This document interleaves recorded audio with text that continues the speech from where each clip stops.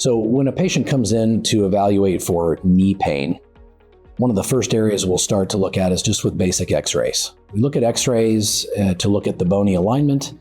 We also look at the joint space on the x-rays to see if there's any narrowing. Really what we're trying to determine is if there's any loss of articular cartilage. So when we talk about arthritis, it's very important to understand what that is. It's a very common term, but poorly understood for the most part. So arthritis describes inflammation of the joint, but the inflammation of the joint is really caused by the wear and tear of the articular cartilage, the white gristle on the end of the bone, wearing away over time. One of the best analogies to think about is how concrete weathers over time. Over time, smooth concrete can develop cracks, it can develop fissures, it can even develop softening, delamination, and potholes. And essentially that's what our articular cartilage does as well. So articular cartilage wear and tear is actually described by the term chondromalacia. And chondromalacia is in effect what causes inflammation of the joint, giving us our term arthritis. So if we want to treat arthritis, we need to manage the inflammation. So diagnosing arthritis begins with simple x-rays. We look at x-rays to determine if there's any joint space narrowing. We can also find secondary causes or secondary symptoms. We can also find secondary radiographic signs, including bone hardening or bone spur formation or bone cyst formation. All of these features lend itself to showing stress on the joint, which are features of arthritis. Sometimes advanced imaging may be necessary. We may see some changes to the bone, but clinical symptoms may warrant an MRI to look at the soft tissues. We would be able to see under an MRI the cartilage, we'd be able to see the meniscus tissue, we'd be able to see your other ligaments within the knee to determine what your specific level of arthritis or pathology is. Symptoms of knee arthritis can include pain, it can include swelling, it can include locking and catching within the knee. Often, symptoms of arthritis are a constant, dull, achy pain. Most people feel stiffness when they wake up in the morning.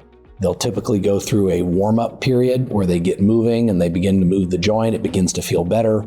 And then at some point, the knee begins to hurt again after a certain level of activity. That's pretty typical of arthritis, and it is very cyclical in nature. Arthritis can be irritated by over-intense physical activity, which is certainly a balance when we're trying to stay strong, we're trying to maintain our range of motion, we're trying to maintain our flexibility and live our lives, but certainly the arthritis can inhibit that. Treatment of knee arthritis can begin quite simply. We can start with oral and topical anti-inflammatory medications.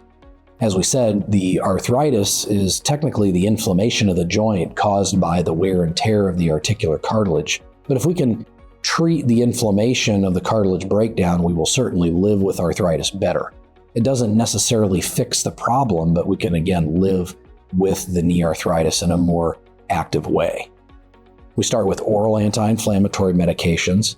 Most people can tolerate NSAIDs or non-steroidal anti-inflammatory medicines, but there are certainly some risk factors there, so we need to discuss your medical history to see if you're a candidate for that medicine. If you're not a candidate for oral anti-inflammatory medication, we often will recommend topical anti-inflammatory creams.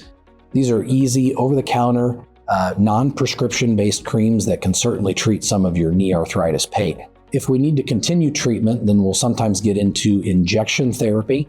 We have multiple different types of injections that can be used to treat arthritis. The most simple is a steroid injection. Steroids are liquid anti-inflammatory medicines that can be injected into the joint quite simply in the office and provide an anti-inflammatory punch to help your knee arthritis feel better. We will also do maintenance injections with what people know as gel injections. Gel injections are part of a class of medications called viscosupplementation injections. These are insurance approved. We do go through a pre-authorization process there, but often insurances will approve those for the treatment of arthritis. And those are also an office-based injection that provides a gel inside of your knee. The gel is actually made up of a hyaluronic acid, HA for short. You may actually see that in modern beauty products like lotions or creams. And what the HA does is it provides for the viscosity of the joint fluid within your knee. It's a normal part of your synovial fluid, so we're supplementing the joint fluid with the hyaluronic acid. Other injection options that we do have available to us are more on the experimental side. Platelet-rich plasma injections are also an option. These are not approved by insurance, so they are still considered slightly experimental, but studies have shown some good initial reports. Platelet-rich plasma is an office-based injection where a medical assistant will draw your blood. From there, we will extrapolate your platelets by putting that blood draw into a centrifuge, and we can formulate the platelets at a high concentration to be put into an injection that can be injected back into your arthritic knee. The platelets carry anti-inflammatory properties, so again, we are still trying to treat the inflammation of the arthritis with a PRP injection. One of the last types of injections that I'll discuss with patients is a stem cell injection. Stem cells are also not approved by insurance. They are considered experimental. They can be expensive. So there are certainly some negatives to stem cell injections. But stem cells are, in a way, hopeful that we can inject the stem cells into the joint, create a healing response that would then signal to your own cells to create an anti-inflammatory and healing response of the arthritis. Early hopes of stem cell injections were that the stem cells would actually be building blocks to new cartilage regrowth. Certainly studies have not been able to prove that yet, but we're hopeful. I think it's a very complicated formula, and we may get there one day. Patients will often wonder when they should see a knee specialist. We often see patients that follow with their primary care providers for quite a while in treatment of their knee arthritis, and they will start on oral anti-inflammatory medications, maybe even some injection therapy. But really, it's time to see a specialist when your knee pain has become constant. It's affecting your daily quality of life. You're not doing the things that you want to do. And a lot of what we treat and begin to discuss as far as definitive treatment options revolve around your quality of life. We're hopeful that we can treat your pain, improve your range of motion, which will mean a better quality of life overall. So if we've determined at this point that you do have advanced arthritis of your knee and that knee replacement surgery is for you, I'd like to take a couple minutes just to talk about what knee replacement entails. Most people have a preconceived notion of what knee replacement is, and it's often very different by the time we have a chance to really talk about the procedure and talk about what it's like. So total knee replacement surgery is really a resurfacing procedure. Most people in their mind think about knee replacement surgery as a large bone-cutting procedure where the end of the femur and the top of the tibia are fully removed, and then a large prosthetic is placed inside the joint. And that's not really what we're doing. We're really doing a more resurfacing type of procedure. Once we enter the joint surgically, we're able to retract the kneecap off to the side, and then we're able to expose the end of the bones on both the femur, the thigh bone, and the tibia, the shin bone. What we're accomplishing is that we're creating a cap on the end of the femur, again, a resurfacing of the femur to smooth that out. So we size and rotate and make that very custom for the individual in surgery. And we do a very similar process on the tibia where we're smoothing out the very top of the tibia. And there is a little bit of a stem, almost like a post in the ground on the tibial side. And both the femur and the tibia components are then cemented into the bone for long-term fixation. As we talked about arthritis being a condition of wear and tear of the cartilage on the joint, the way we replace the cartilage is with a plastic shim made up of a polyethylene plastic that locks into the tibial base plate. That's what the femur component glides on in a knee replacement to provide the range of motion needed to get back into life activities. The final piece of the puzzle is to resurface the kneecap or the patella.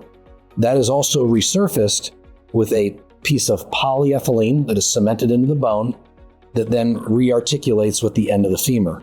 So every portion of the knee that articulates and is arthritic is fixed and is made smooth in a knee replacement, or what we like to call a knee resurfacing procedure.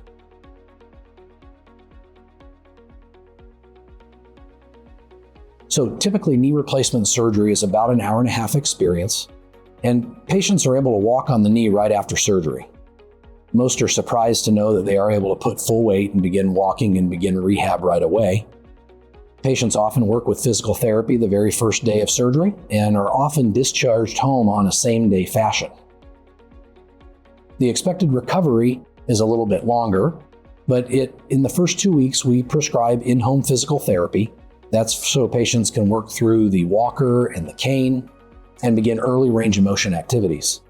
After that, they go to outpatient physical therapy for about 6 weeks. Expected recovery at about 6 weeks is about 50% overall recovery. 6 weeks is a very functional time frame. Most people have worked through the walker and the cane in the first couple weeks after surgery. Most people are thinking about driving within the first 2 to 3 weeks after surgery. And 6 weeks is also the time where most people are looking to get back into work. Some jobs do require some work hour modifications and some work restrictions, which is something that I'm happy to provide for the individual patient. Continued strengthening continues over the course of many months. At about 3 months from surgery, most folks are about 85% recovered, and most people do continue to report strength and stamina gains for up to a year.